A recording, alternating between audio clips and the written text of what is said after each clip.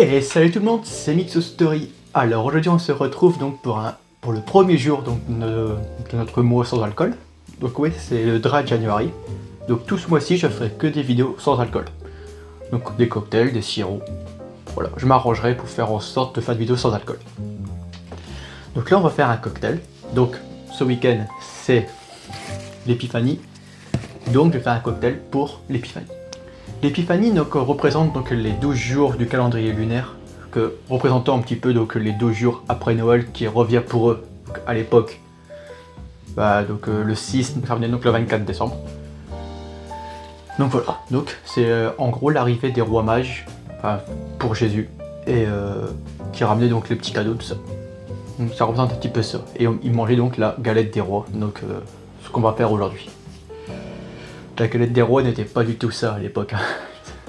Mais bon, dans l'idée, c'est devenu traditionnel, donc une galette des rois. Voilà. Donc, on va faire un cocktail sans alcool représentant donc la galette des rois. Donc pour ce fait, il va nous falloir donc du beurre fondu pour le côté beurré de la galette, du jus de pomme. Là j'ai pris, normalement je voulais mettre du miel, donc là je vais vous prendre une nouvelle nouveauté. C'est du sirop de liège. Donc le sirop de liège, qu'est-ce que c'est? C'était une espèce de miel de pomme poire en quelque sorte.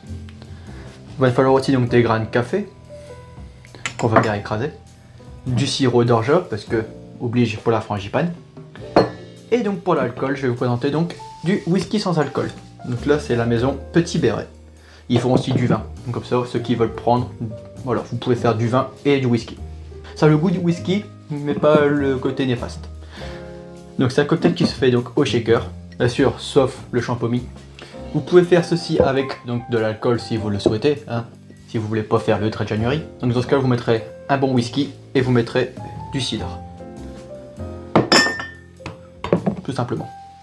Donc il va donc falloir déjà écraser 3 grains de café. Bon allez, je vais en mettre 4, soyons généreux. 4 grains de café qu'on va venir donc écraser.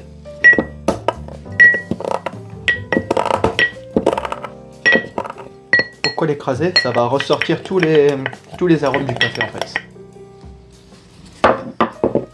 On va ensuite mettre donc 2 centilitres de sirop d'orge.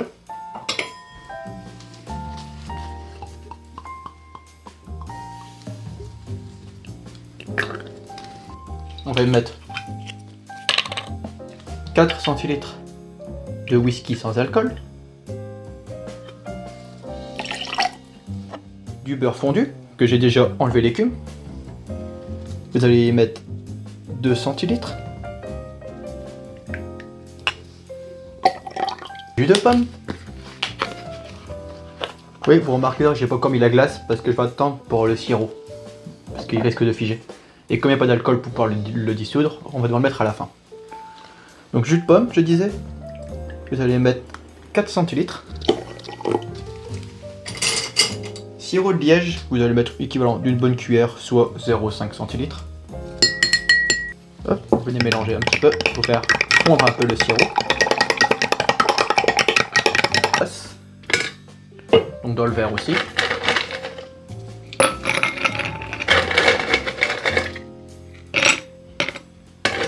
Et dans votre grande cuisine. J'ai failli oublier, donc il faut mettre du jus de citron.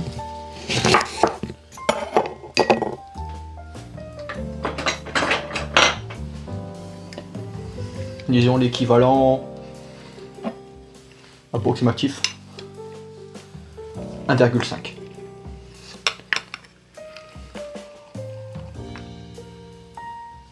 Histoire de parfumer un petit peu. Hop, et vous venez shaker tout ça.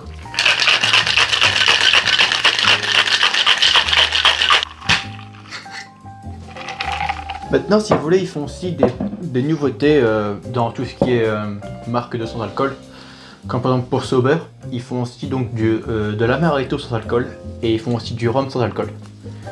Donc vous pouvez commander sur Sober, vous prenez de l'amaretto et vous mettez un tout petit peu d'amaretto sans alcool.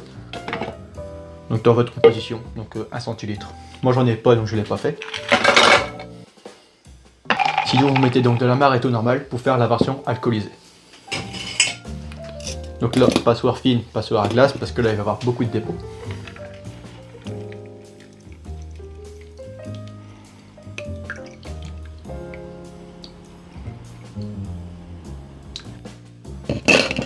Et vous allez mettre donc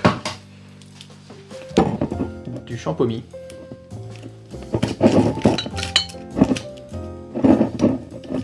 Ouais, c'est ce qui se rapproche le plus du cidre sans alcool. Parce que c'est en gros, c'est de la pomme effervescente, donc c'est ce qui se rapproche le plus proche du cidre.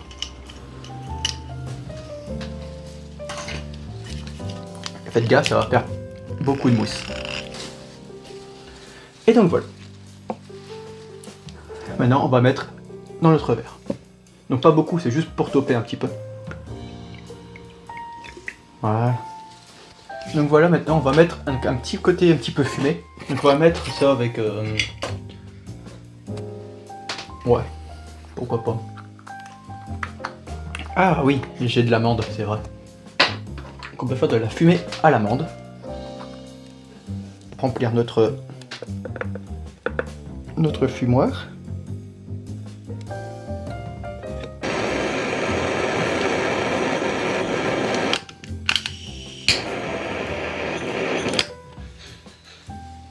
Là.